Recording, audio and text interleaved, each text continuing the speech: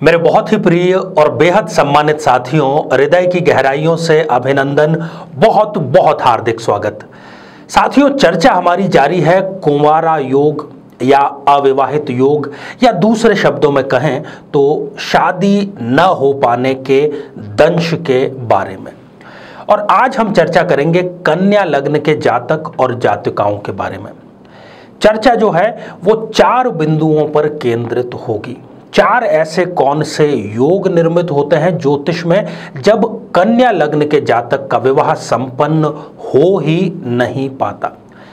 पर साथियों, जैसे हर लाइलाज बीमारी भी उस वक्त इलाज के योग्य होती है यदि बहुत कम और जल्दी उसका पता लग जाए। जितनी जल्दी बीमारी डायग्नोज होती है वो अपनी जड़ें नहीं जमा पाती और इलाज उसका संभव हो पाता है।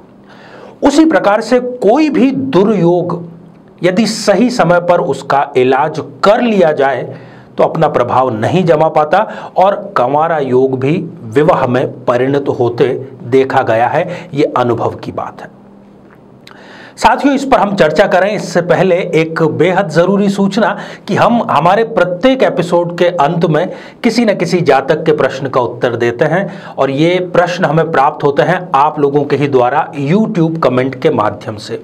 2 बातें जिनका कि आपको बहुत ख्याल रखना है वो है, एक तो अपना प्रश्न लिखने से पहले आपको #आचार्य चंद्रकांत इस शब्द का प्रयोग जरूर करना है और साथ ही बेहद आसान सा प्रश्न जो आपसे पूछा जाएगा उसका सही उत्तर साथ में लिख करके भेजना है, जो कि इसी एपिसोड से संबंधित प्रश्न होगा। साथियों, 3 भाई बहन थे, 2 बड़ी बहनें और एक उनका छोटा भाई। सबसे जो बड़ी बहन थी उसकी विवाह के योग्य आयु हो गई थी, लोग उनको देखने भी आते थे और इसी सिलसिले में उनको कई बार रिजेक्शन का सामना भी करना पड़ा। और एक बार तो ऐसा हुआ कि देखने उनको आए थे और विवाह जो है उनकी छोटी बहन से हो गया, उनको वो पसंद आ गई। खैर, कोई बात नहीं। इसके कुछ समय बाद जो छोटा भाई है उसने भी अपनी लव मैरिज संपन्न कर ली। कुल मिलाकर के तीनों भाई बहनों में से जो 2 छोटा भाई बहन थे उनकी शादी हो गई और जो सबसे बड़ी बहन थी वो कंवारी रह गई। अब इसका दुष्परिणाम एक और क्या हुआ कि अब जो भी रिश्ता देखने आता वो ये सवाल करता कि भाई इसके छोटे भाई बहनों का तो विवाह संपन्न हो गया है।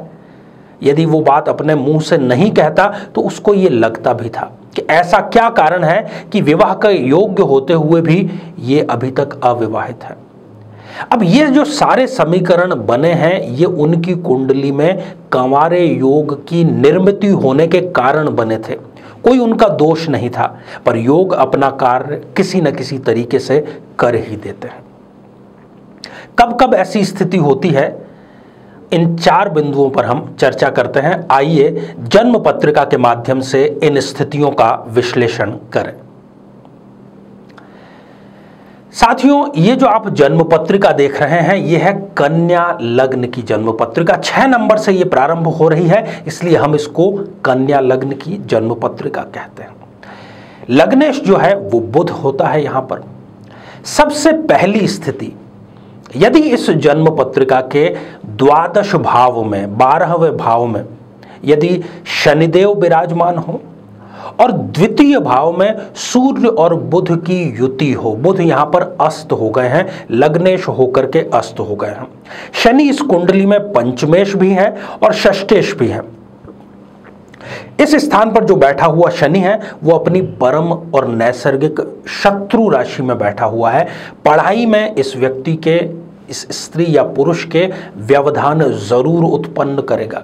ऐसा व्यक्ति यात्रा को बहुत महत्व देता है, जीवन में नए नए स्थानों पर जाना उसको पसंद आता है, परंतु वो होता इंट्रोवर्ट है। बहुत सोच समझने के बाद में ही वो किसी से बातचीत करना प्रारंभ कर सकता है।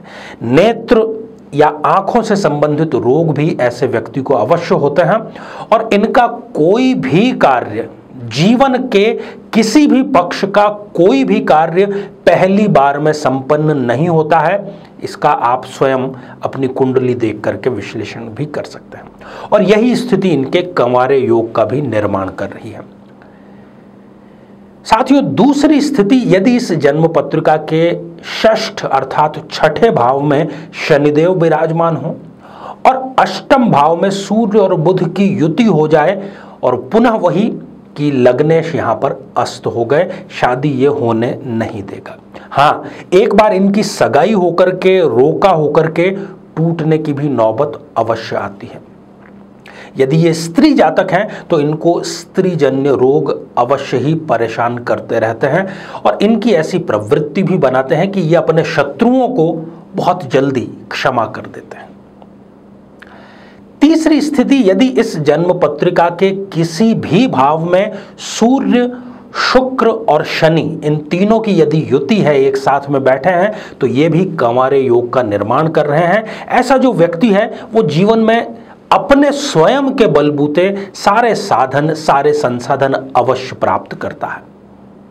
चौथी और अंतिम जो स्थिति है वो है गुरु और शनि की युति। यदि इस जन्म पत्रिका के किसी भी भाव में गुरुदेव, जो कि यहाँ पर सप्तमेश भी हैं, और शनि, इन दोनों की युति हो जाए तो वो भी इस व्यक्ति का विवाह संपन्न नहीं होने देंगे। और साथ ही 40 वर्ष की आयु के आसपास इनका कोई ऑपरेशन, इनकी कोई शल्य चिकित्सा अवश्य संपन्न होती है। तो साथियों, हमने जन्म पत्रिका के माध्यम से ये जाना कि कब कन्या लग्न के जातक को कंवारा ही रहना पड़ सकता है। जी हां, मैं जानबूझकर यहां पर सकता है शब्द का इस्तेमाल कर रहा हूं, क्योंकि जिसने दी है परेशानी वही करेगा मेहरबानी। साथियों, उपाय यह है कि आपको एक गुरुवार को एक केले के पौधे की स्थापना अपने घर या घर के आसपास ही करनी है, जहां पर आप नियमित रूप से उसको सींच सकें।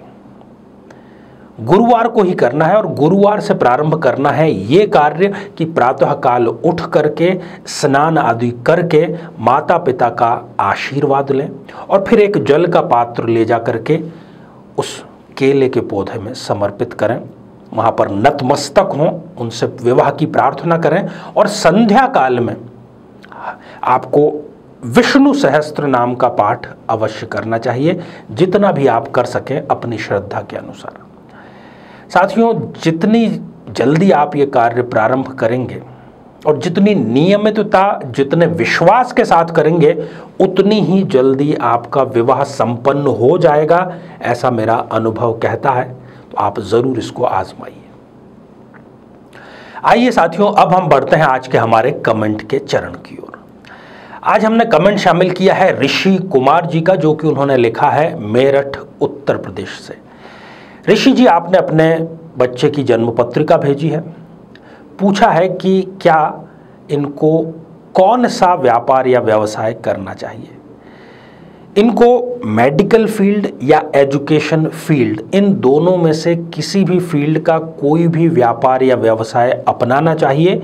ये ज़रूर व्यापार की शिखर पर पहुंचेंगे और किसी भी प्रकार का व्यापार इनको वर्जित है, नहीं करना चाहिए। आइए साथियों, अब आज का बेहद ही आसान सा प्रश्न। आज हमने चर्चा के दौरान एक विशिष्ट आयु के आसपास शल्य चिकित्सा की बात की। वो आयु कौन सी है, उसकी संख्या आपको लिख करके भेजनी है। साथियों, आप सभी स्वस्थ, समृद्ध और शांतिपूर्वक जीवन व्यतीत करें। नमस्कार। जीवन में किसी समस्या का सामना कर रहे हैं, जैसे कि शादी में देरी होना, पति पत्नी में मनमुटाव या तलाक तक की नौबत आ जाना, संतान का प्राप्त न हो पाना, नौकरी या धन प्राप्ति में बाधा आना, जीवन के प्रत्येक क्षेत्र में किसी न किसी प्रकार की बाधा आना, तो आज ही अपनी जन्म पत्रिका का संपूर्ण विश्लेषण करवाएं और पाएं समस्या से सदैव के लिए मुक्ति।